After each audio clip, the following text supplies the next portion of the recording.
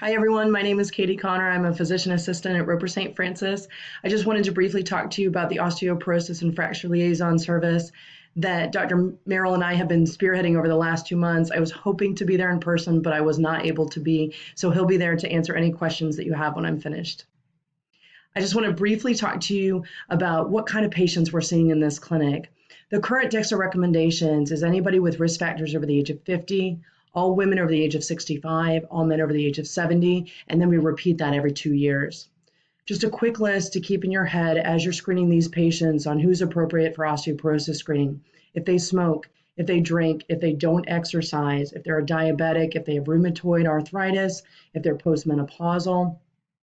And then very simply is if they've had a fragility fracture of their hip, their wrist, or their spine, they're automatically a candidate. Some of the numbers: 1 in 3 women and 1 in 5 men will have a fracture due to osteoporosis in their lifetime. About 80% of those fractures over the age of 50 are caused by osteoporosis, and worldwide there's a fragility fracture every 3 seconds, so this is really common. Osteoporotic fractures in women are more common than breast cancer, stroke, and heart attack combined. Unfortunately, they're very undertreated and they're very under-recognized. They talk about the silver tsunami that's coming our way of all these seniors.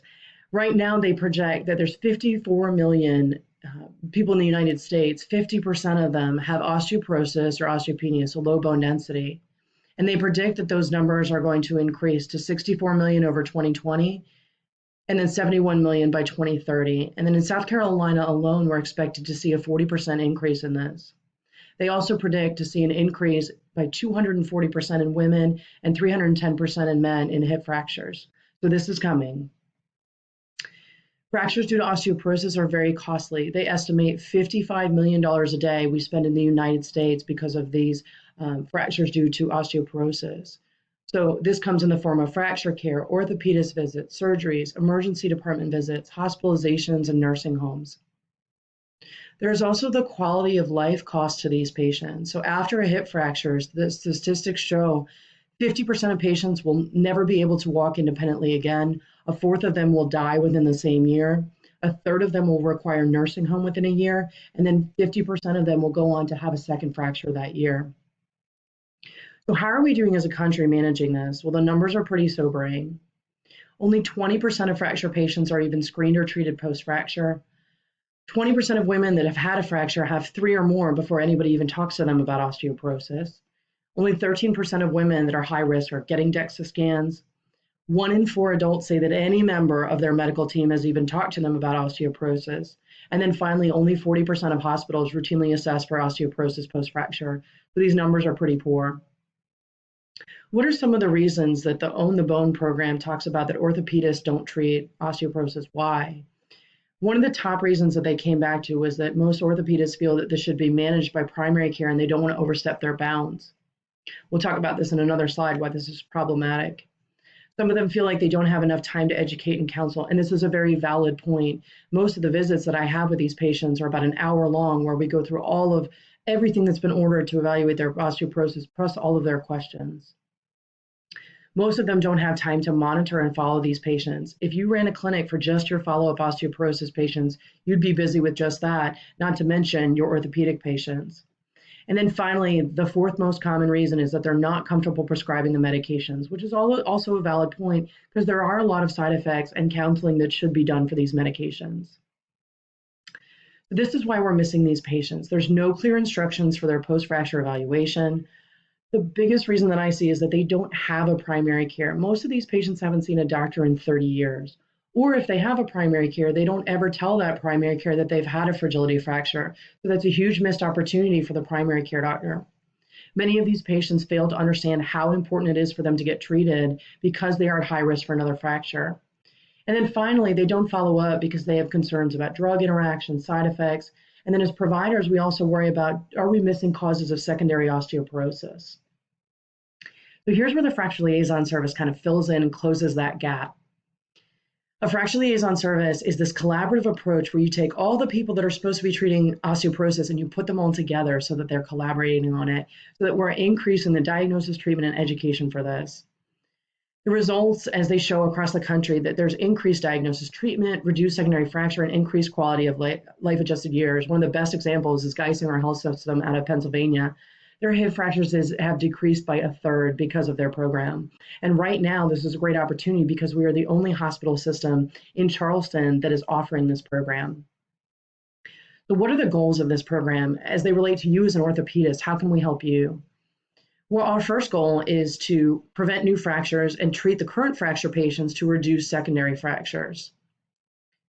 Next, we want to use the medications to improve our fracture healing and bone quality. You all may be familiar with Forteo and Tymlos, but there's a new medication on the market that's an anabolic that helps to basically repave the road called Avinity. And this can do what Prolia does in 7 years in 1 year. Next, we want to provide new and vital community services. This is something that you can offer to your patients that they can't get anywhere else. And a lot of patients that we see are so appreciative that we have this program. Next, we want to serve as an outlet for our orthopedic patients. I want to be the resource for you so that you don't have to spend hours at a time counseling and educating these patients. A lot of times we get questions from patients' families who've had fractures, and we bring the whole family in for these visits. Next, we want to recruit new patients and improve our patient retention. A lot of times we're getting referrals from outside of the Roper system. And when I see them, I ask them if they have any other orthopedic complaints, shoulder pain, hip pain, knee pain, and I will be referring them to you. So you may see my name on that referral. And then finally, we want to be more comprehensive in managing their patients. We don't want to treat just their fracture. We want to reduce their mortality and improve their overall quality of life, because if a fourth of them are dying after a hip fracture, they're no longer our patients. What we put together is this collaborative approach. So we kind of have a 5-tier system here. So Dr. Keith Merrill is the medical director for this program. I kind of look at him as the orthopedic arm, and y'all's job is to screen these patients post-fracture and get them in to see me. And then I can in turn send them back to y'all as it's appropriate for secondary fracture care or other orthopedic complaints.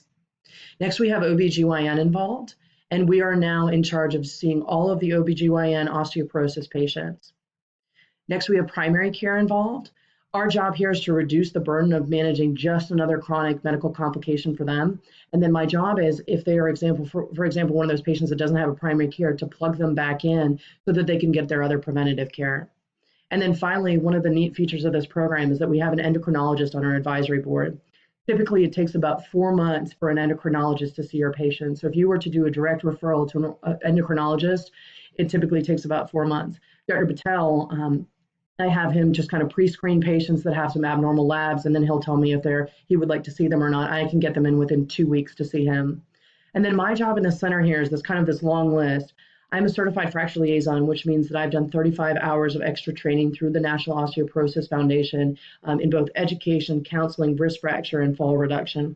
So my job when I see that patient for their visit is to do a whole bunch of education on risk factors, smoking, drinking, diet, exercise. Also look and see what they are as a fall risk, get them into balance and gait training if necessary, and then decide based on their DEXA scan whether they are a candidate for treatment.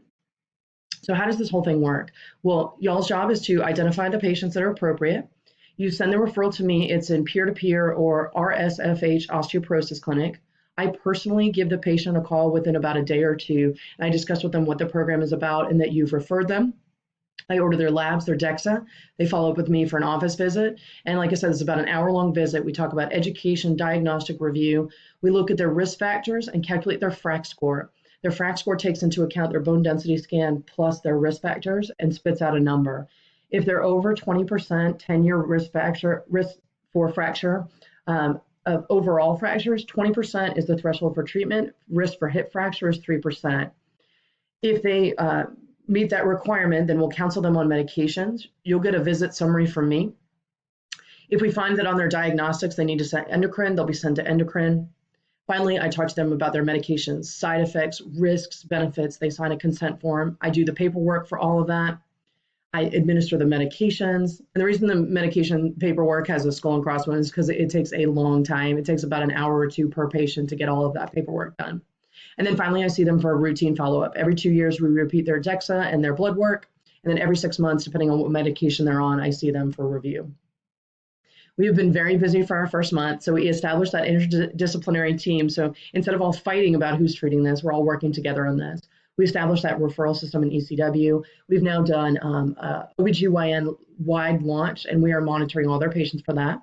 We've standardized our FRAX score through radiology, and then our next pilot is going to be launching the inpatient to outpatient transition for any inpatient fractures.